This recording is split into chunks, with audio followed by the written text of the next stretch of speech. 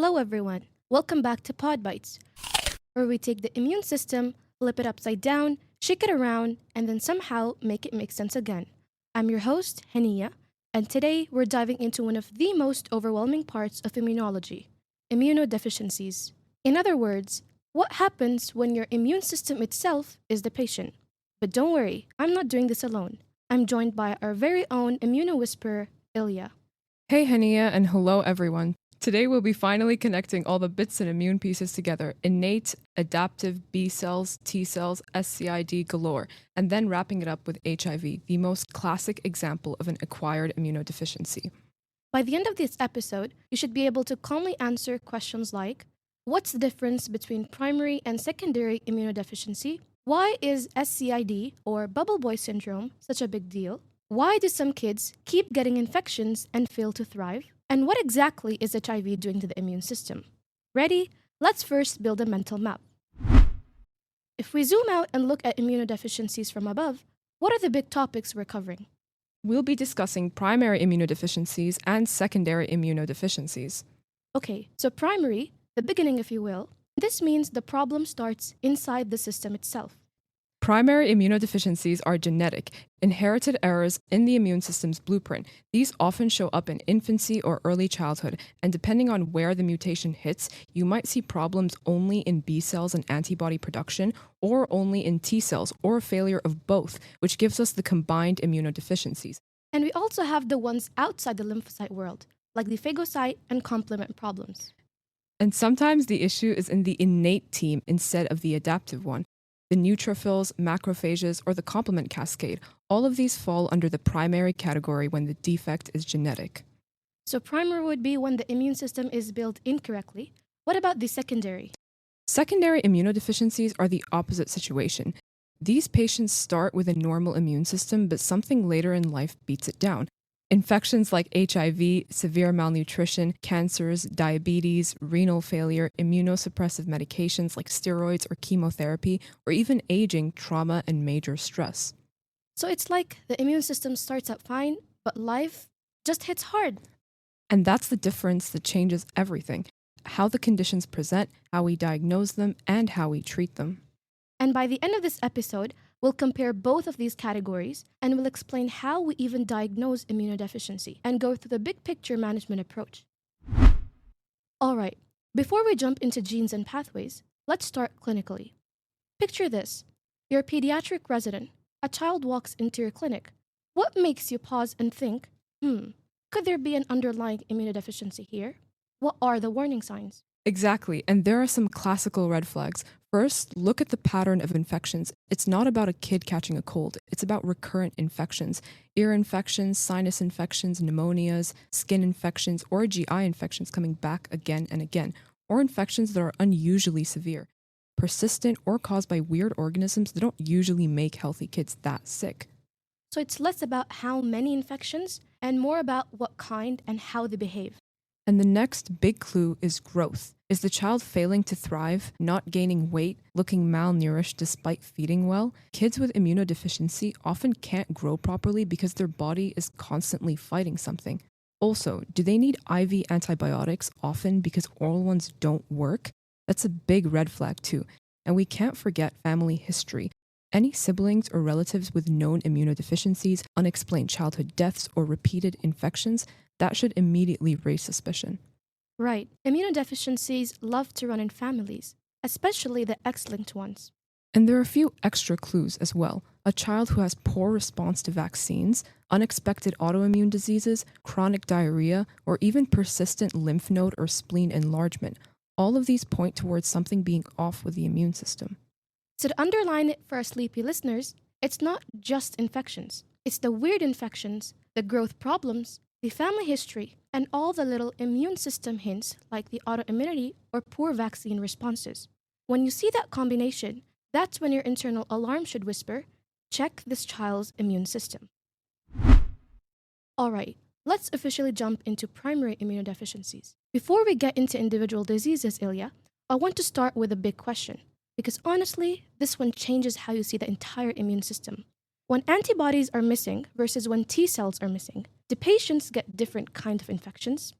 Yes, and this pattern is so elegant and so high yield that once you get it, everything else falls into place. Think of the immune system as having two main platoons, and they fight in completely different environments. B cells and T cells are on the same team, but they have totally different battlegrounds. Okay, so start with B cells. What's their story?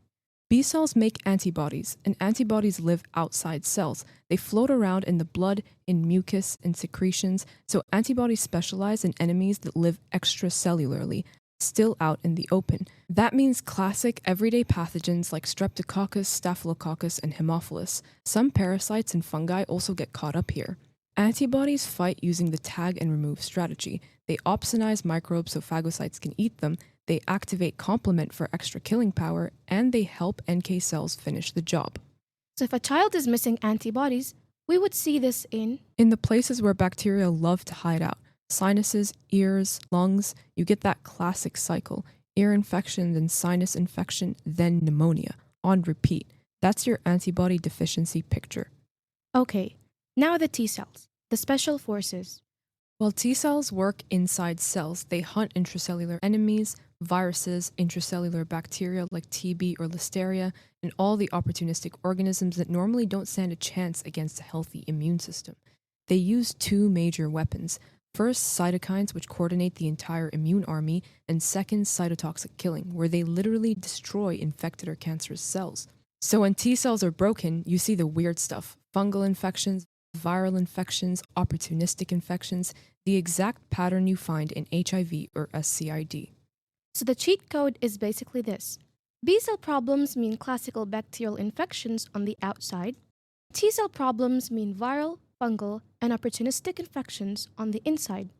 Exactly, and once you know which side of the immune system is failing, the infection pattern almost tells you the diagnosis. And now that the battlefield is clear, let's zoom into the specific categories, starting with the most common ones. Firstly, let's talk about the B cell or antibody deficiencies. Let's list the main disorders in this category. We've got four major ones. First, X-linked agammaglobulinemia, also known as Bruton's. Second, common variable immunodeficiency, CVID. Third, selective IgA deficiency, the most common primary immunodeficiency. And lastly, hyper IgM syndrome, which we group here because the antibody profile is the main issue. Alright, suspect number 1, X-linked agammaglobulinemia, the classical small boy with recurrent infections, right? Yes, this happens because of a Bruton tyrosine kinase, BTK, deficiency. Without BTK, B cells fail to mature, so patients have almost no immunoglobulins. And clinically, they usually look okay for the first few months of life because they're living off maternal IgG from the placenta. Interestingly, around a quarter of these patients develop autoimmune diseases. We don't fully know why, but one idea is that antibodies might normally help mask or neutralize certain self-epitopes. So without them, autoreactive things slip through. And the treatment? Lifelong IV immunoglobulin therapy, also known as IVIG, basically providing them with the antibodies from healthy donors, plus antibiotic prophylaxis in some cases. Alright, suspect number 2 on our B cell list is CVID, or more clearly known as common variable immunodeficiency. I'm gonna be honest, this one always felt a little vague to me. Iyliya, can you explain it in a way that actually sticks? Absolutely, Haniya. And you're not alone. CVID confuses everyone at first because it's slippery. Here's the easiest way to think about it. CVID is basically the adult cousin of Bruton's agammaglobulinemia, but way more heterogeneous. So the same core problem, not enough functional antibodies. But a different twist, the reasons vary from person to person. So the immune system is still failing, but in a more unpredictable, individualized way. And here's the first key difference from Bruton's. CVID usually shows up later in life, teens, 20s, even 30s, hence why we said the adult cousin. These are patients who seem perfectly fine for years and then suddenly they start getting sick over and over again. Now our main diagnostic hint here is low IgG. That must be there, and many patients also have low IgA or IgM. But the real problem is not just the levels, it's the function itself. These patients don't make effective vaccine responses. Giving them a syringe of plain fluids would be more beneficial for them. Give them a vaccine, their body just shrugs. So the immune system is basically like, I don't know what to do with this, even when you give it instructions. Pretty much, and that brings us to why it happens. And this is where the word variable really earns its place. The underlying defect can be anywhere along the B cell development process. Some patients have B cells that can't differentiate into plasma cells. Some have defective T cell help, so the B cell never receives the go make antibody signal. Others have issues in signaling molecules, and honestly, dozens of genes can be involved. That's why CVID looks different in every patient. Clinically, they resemble Bruton's, so there's recurrent sinusitis, recurrent bronchitis, and recurrent pneumonias. If this keeps happening untreated, the lungs start to scar, causing what we call bronchiectasis. So repeated respiratory infections should make us think, check IgG. Could this be CVID? Correct. You've basically also just made a little mnemonic, but CVID has one extra twist that Bruton's doesn't hit as hard: immune dysregulation. These patients have a high risk of autoimmune diseases, like autoimmune cytopenias, and an increased risk of lymphoma. That's why long-term follow-up is so important. And the treatment, IVIG? IVIG replacement is the cornerstone. You give them the antibodies they can't make, you treat infections aggressively, and you monitor closely for complications, especially chronic lung disease and lymphoma. Alright, and now CVID actually makes sense. Not bad for something with variable in the name. Suspect number 3, selective IgA deficiency. This one sounds simple, but it shows up everywhere in exams, so I want to really make sure we nail it. Iyliya, what exactly makes this deficiency special? This one is pretty sneaky. Selective IgA deficiency is actually the most common primary immunodeficiency out there, and the pattern defines itself. IgA is very low or absent, IgG and IgM are normal, so the immune system is mostly fine, except for that one missing mucosal defender. Which is wild, right? Because IgA is the antibody sitting right at the front line, in the respiratory tract, GI tract, saliva, and tears. And that's why the symptoms make total sense. Most patients are asymptomatic. They only find out in labs. But when they are symptomatic, it's all about mucosal vulnerability, recurrent sinus and lung infections, recurrent GI infections, higher rates of allergies, and more autoimmune diseases. Because without IgA, mucosal barriers take a hit. So clinically, it's like the body saying, I can fight big infections, but anything on the surface, nope.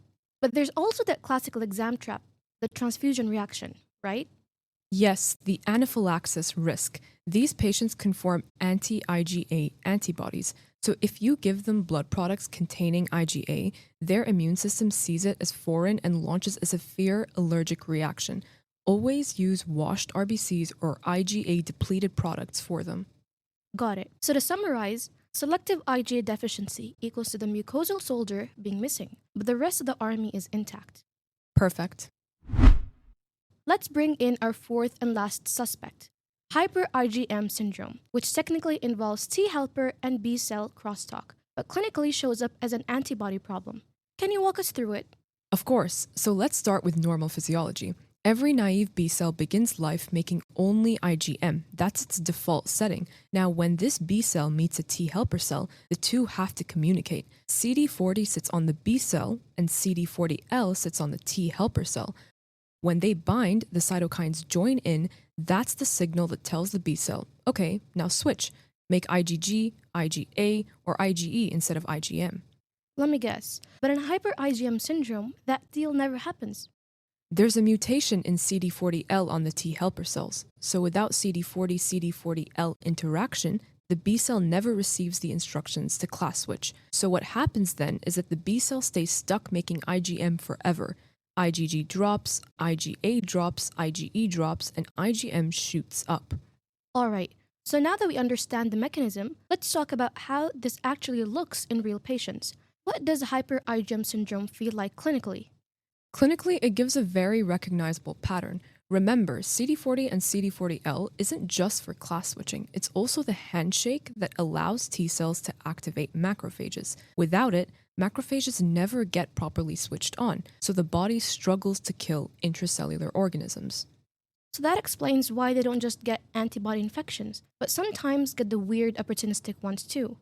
Right. That combination, humoral failure plus impaired macrophage activation, is why hyper IgM syndrome can sometimes mimic a combined immunodeficiency. Both sides of the immune system are affected in different ways, and for treatment, we rely heavily on IVIG to replace the antibodies they can't make, plus long-term antibiotic prophylaxis. And in more severe cases, especially with recurrent opportunistic infections, a bone marrow transplant may be needed.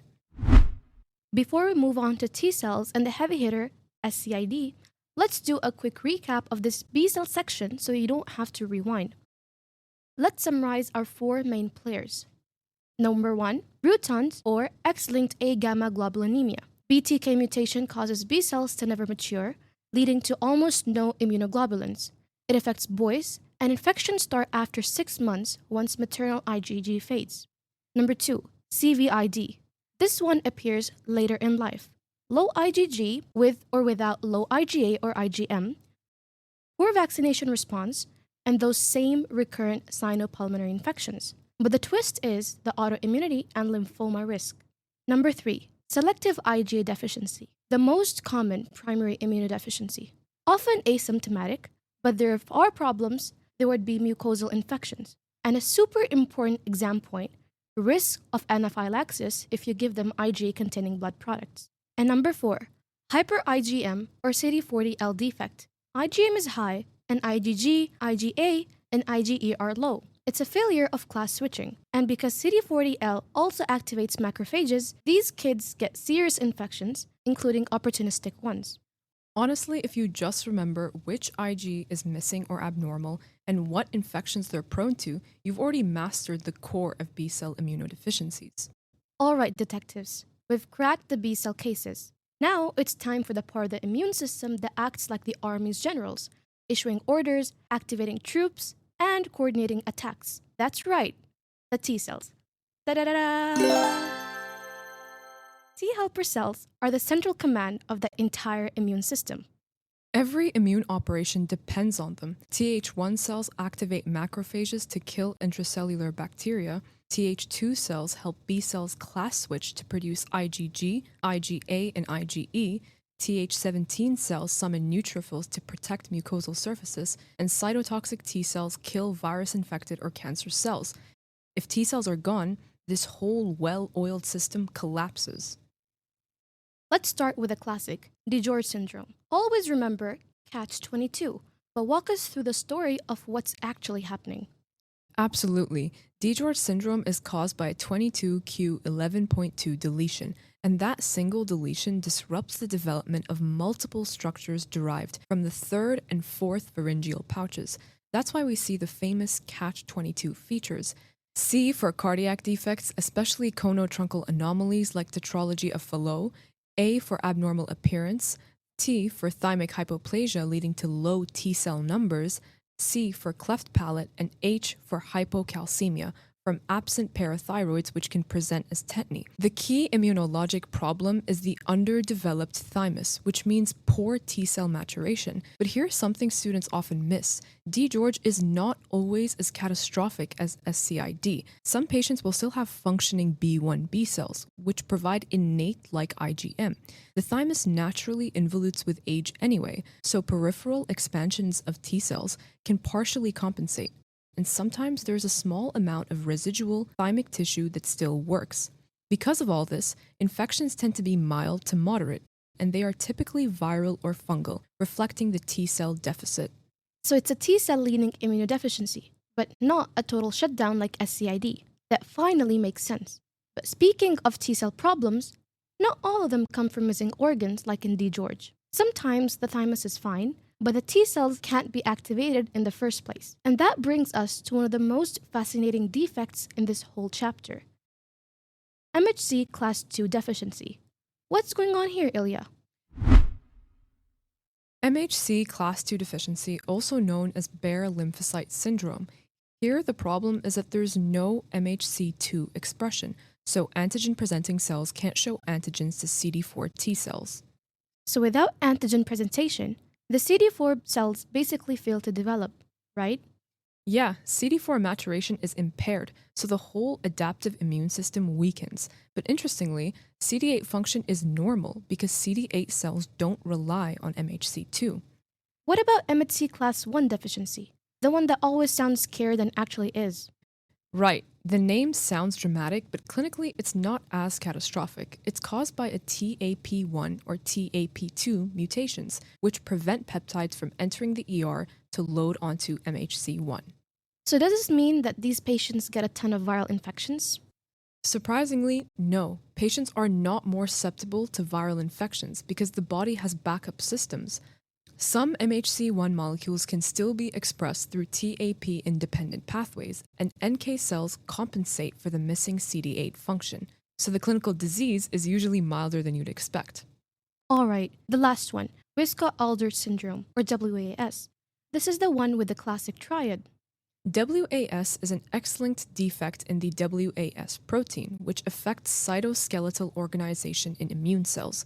Because of this, patients have defective T cells and defective platelet development. So you see the one and only triad of eczema, immunodeficiency, and thrombocytopenia. So basically, a cytoskeletal problem creates both immune and platelet dysfunction. Exactly. The immune system literally can't form proper synapses, so everything breaks down. Alright, Ilya, before we move on to SCID, there's one more category that students always forget, the selective cytokine defects. These aren't full T cell failures, right? Just specific signaling issues? These patients have immune cells, but those cells don't get the proper instructions because their cytokine pathways are faulty, and depending on which pathway is affected, you get very specific infection patterns. First, we have interferon gamma receptor or signaling defects. Interferon gamma is crucial for activating macrophages. So if macrophages can't be activated, you lose the ability to control intracellular bacteria. These patients become vulnerable to TB, mycobacteria, salmonella, and listeria. It's the classic intracellular organisms takeover scenario. Next is STAT3. That's the hyper IgE syndrome pathway, right? Yes, and the key thing to understand is that STAT3 is required for Th17 and ILC3 development. Th17 cells are your frontline defense against fungal and pyogenic infections. So if STAT3 isn't working, patients become especially vulnerable to pyogenic and fungal infections. So it's like the body loses its neutrophil recruiting squad. Exactly. No STAT3, no Th17 leads to no neutrophil activations and then infections everywhere. Alright, now we enter the heaviest category of all, the immune system shutdowns. These are the combined immunodeficiencies. And honestly, this is where you realize how much the immune system depends on T helper cells. Because if T cells fail, everything downstream starts collapsing. B cells, macrophages, neutrophils, they all lose their activation signal.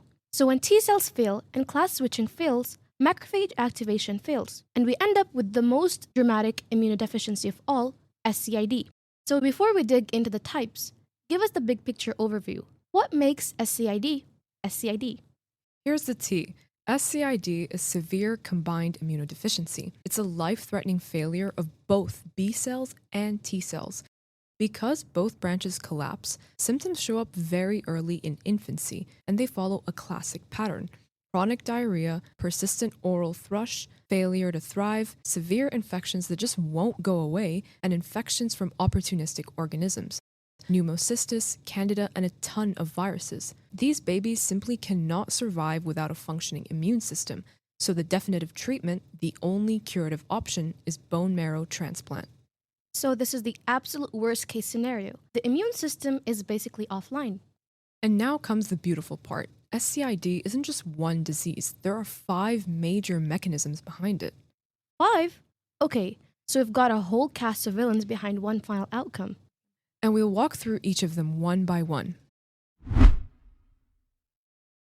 Firstly, X-linked gamma chain deficiency. This one knocks out the common gamma chain, IL-2, IL-4, IL-7, IL-9, IL-15, and IL-21 receptors.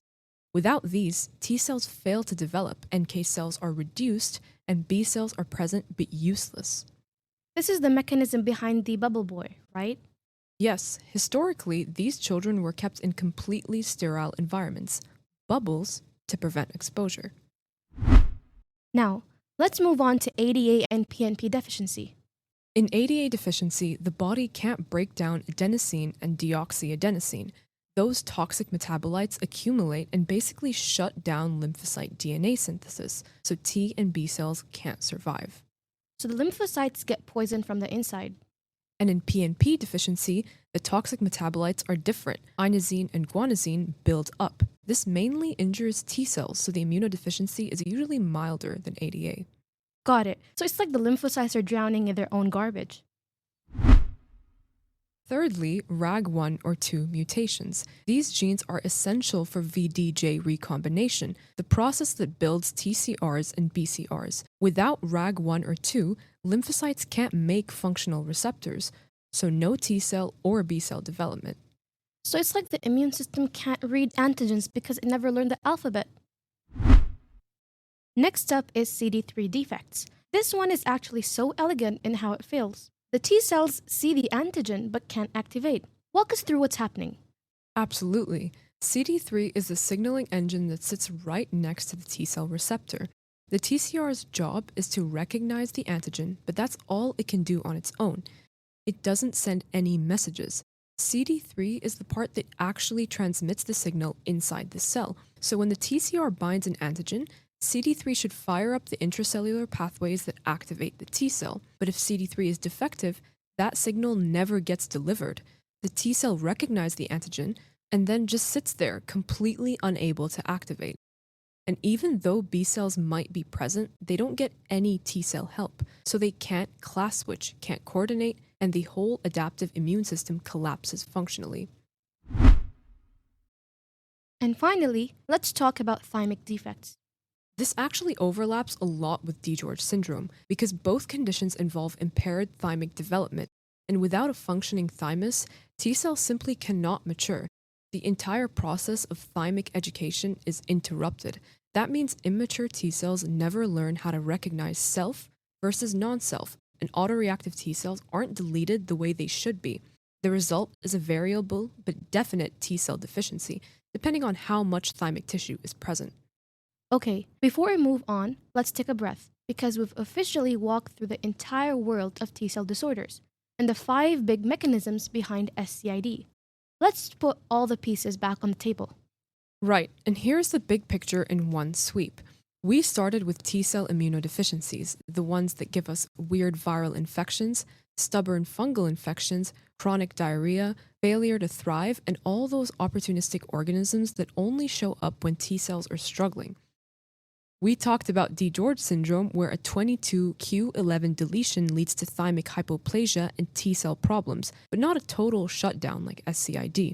Then we moved to the MHC class 2 deficiency, where CD4 T cells can't mature because nothing is presenting antigens to them.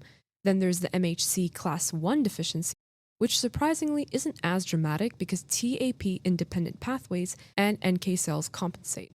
Then there's the Wiskott-Aldrich syndrome, the classic eczema and immunodeficiency and thrombocytopenia triad due to cytoskeletal dysfunction.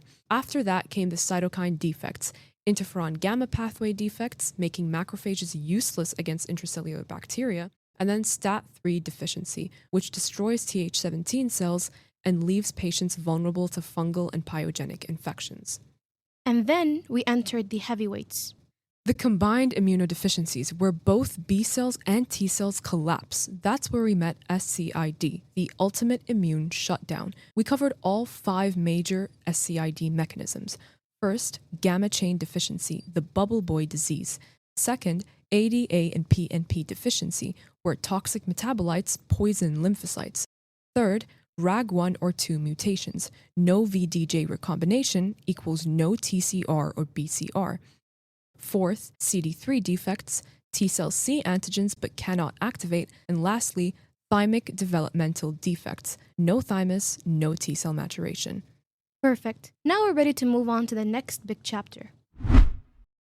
All right, listeners. We've talked about B cells, T cells, and the catastrophic collapse of both in SCID. But now we're entering a very different battlefield. This time, the adaptive immune system isn't the problem. The issue is with the innate immune system, the first responders, the foot soldiers that jump in before the fancy lymphocytes even wake up.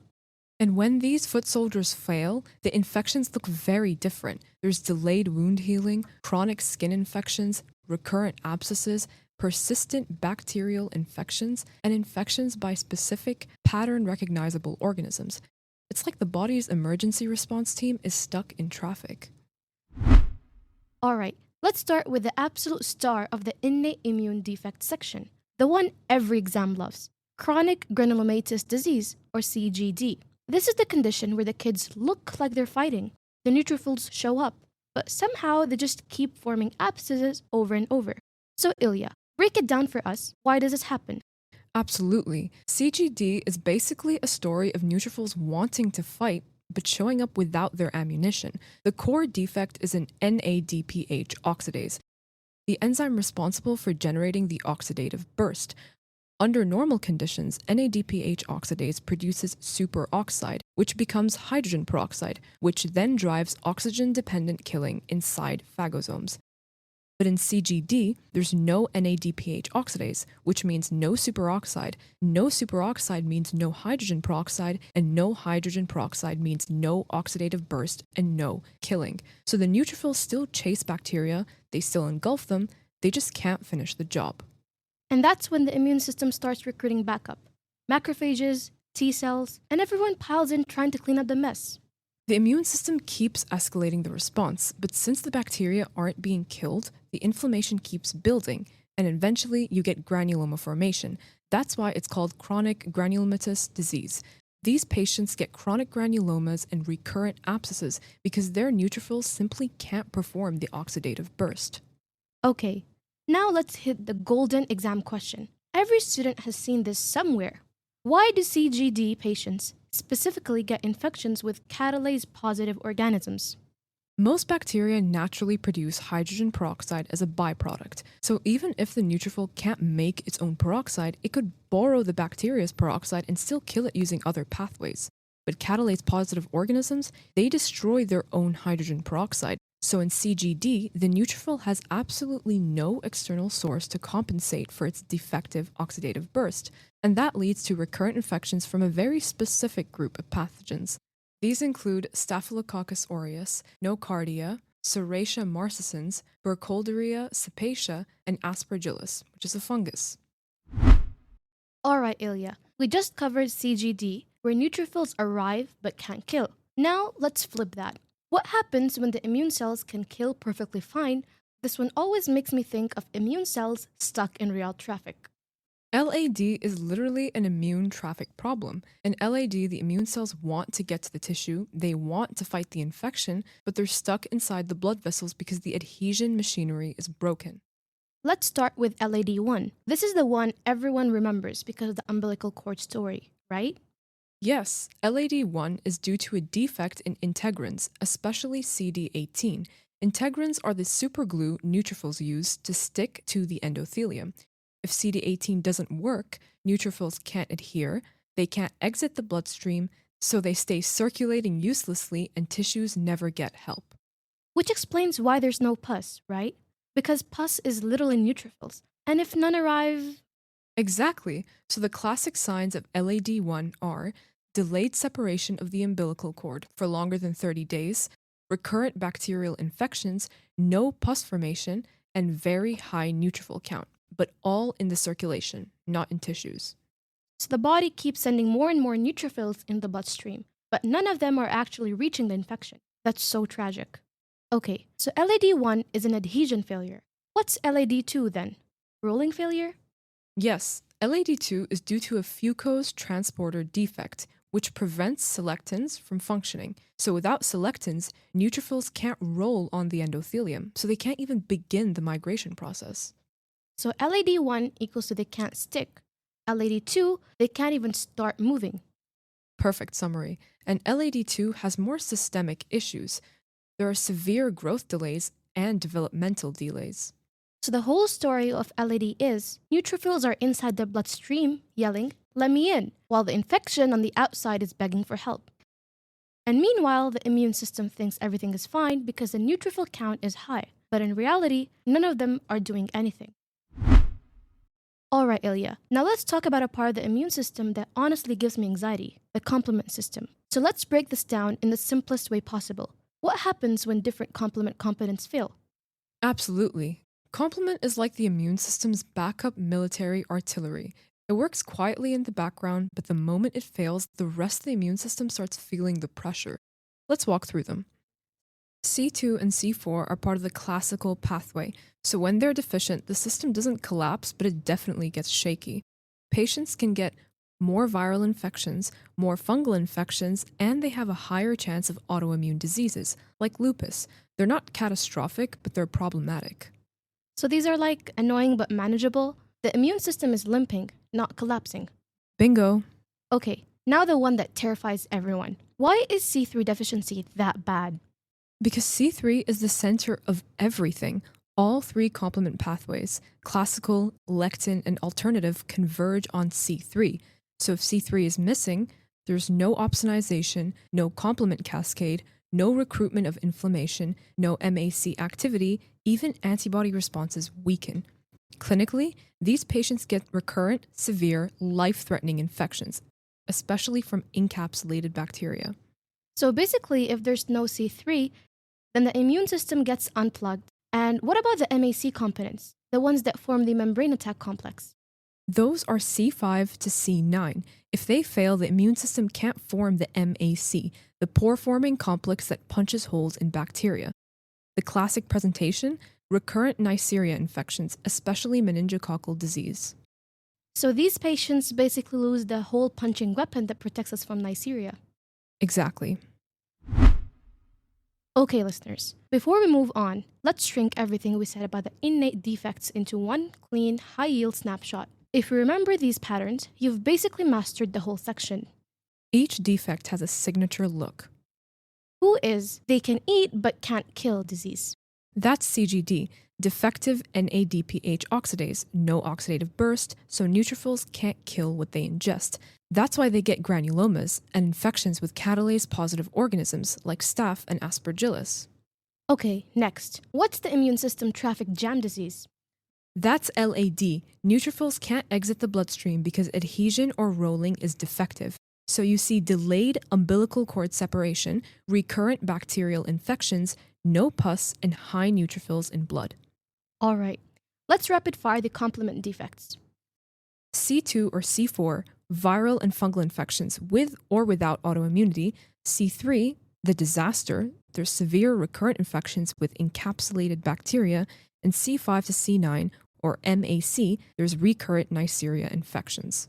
So in one line, innate immune defects mean that the frontline soldiers either can't kill, can't move, or can't blow up the enemy. Exactly, and knowing which part is broken tells you the infection pattern immediately. Okay, Iyliya, we've conquered the world of primary immunodeficiencies, but now we're entering the world of secondary immunodeficiencies. Not genetic, not inherited, but acquired. And that's where HIV comes in. Right. HIV targets the very heart of adaptive immunity, like CD4 T cell, and slowly dismantles the entire immune system. Let's start with the basics. How many types are we dealing with? 2 types.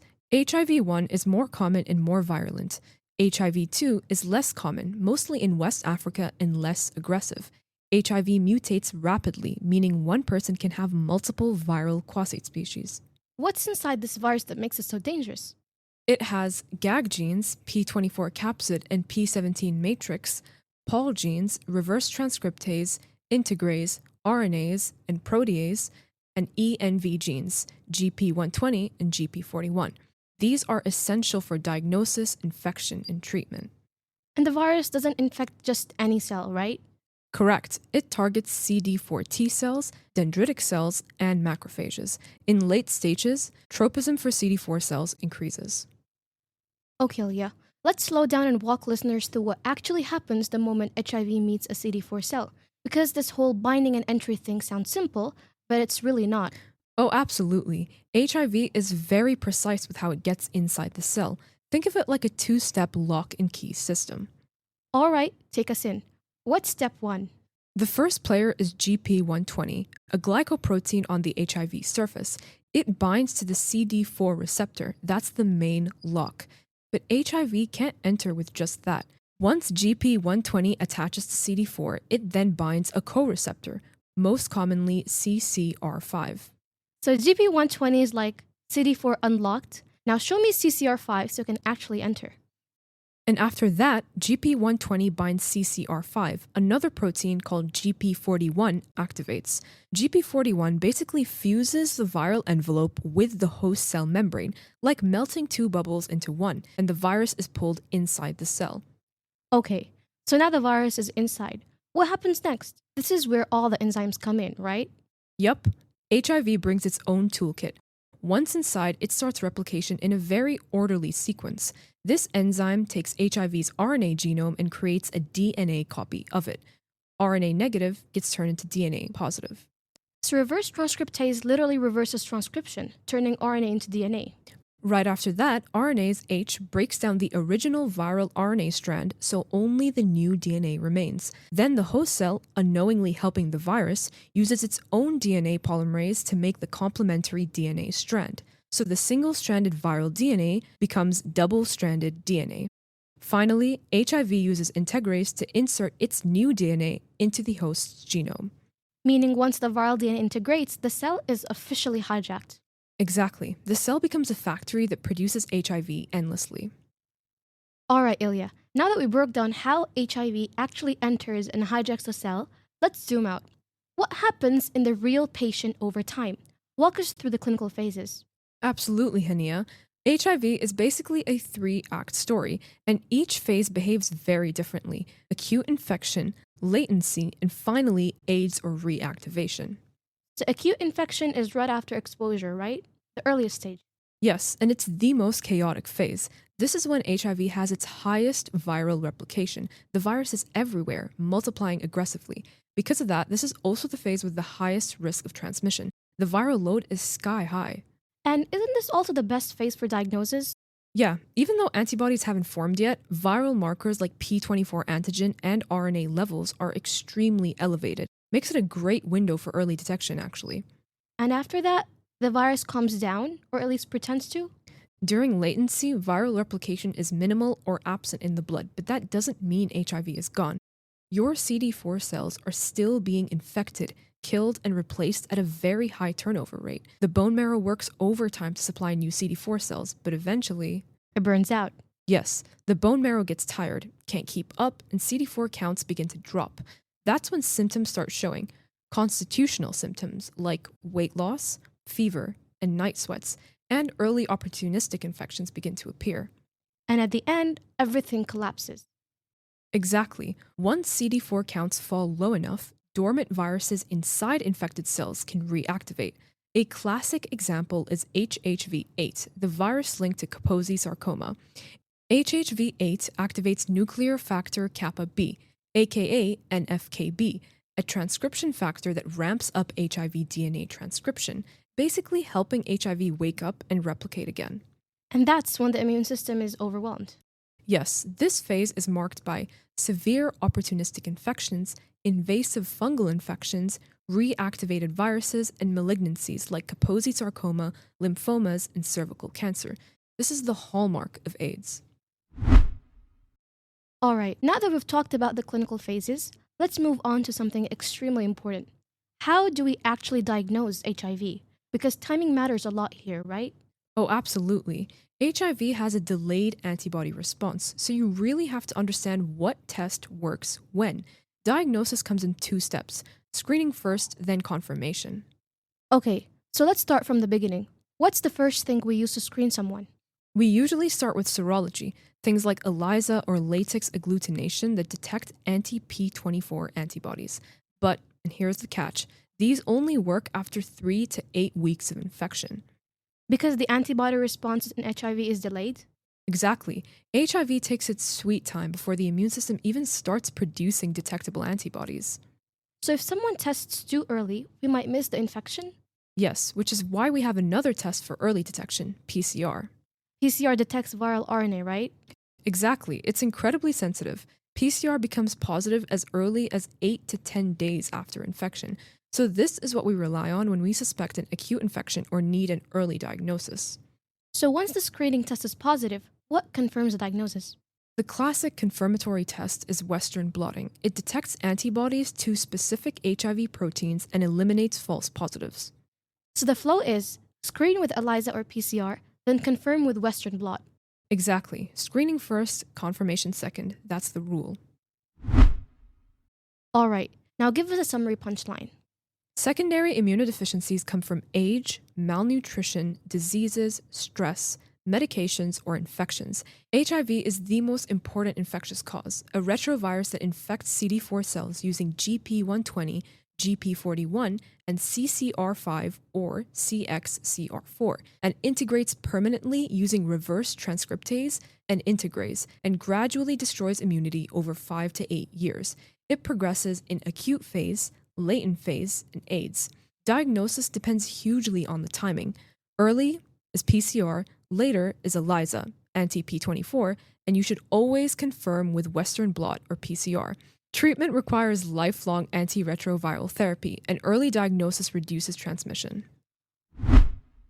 All right, everyone. Before we wrap up, let's test what actually stuck. 2 quick MCQs, no pressure. You can yell the answers in your car, library, or wherever you're pretending to study. Number 1. A 6-month-old infant presents with recurrent pneumonia, chronic diarrhea, oral thrush, and very low T and B cell counts. Which of the following is the most likely diagnosis? A. X-linked A-gamma globulinemia. B. Common variable immunodeficiency. C. Severe combined immunodeficiency or SCID. D. Selective IgA deficiency. The correct answer is C, SCID, because when both T cells and B cells collapse early in life, that's the classic SCID picture.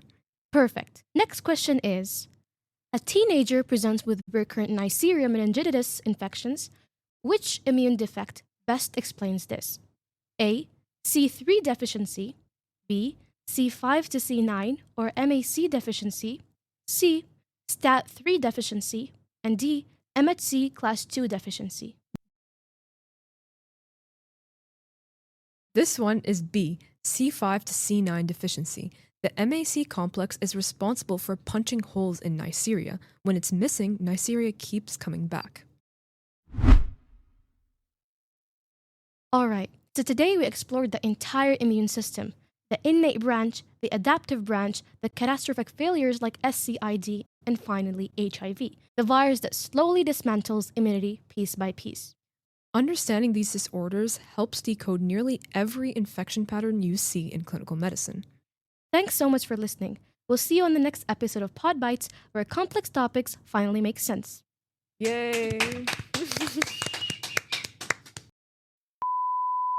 So it's a T-cell learning immunodeficiency, but not a total shutdown like SCID. No, she said learning. So it's a T-cell leaning immunodeficiency. Oh. I don't know how to pronounce these last 3 bacteria. Yes, this happens because of a Bruton tyrant.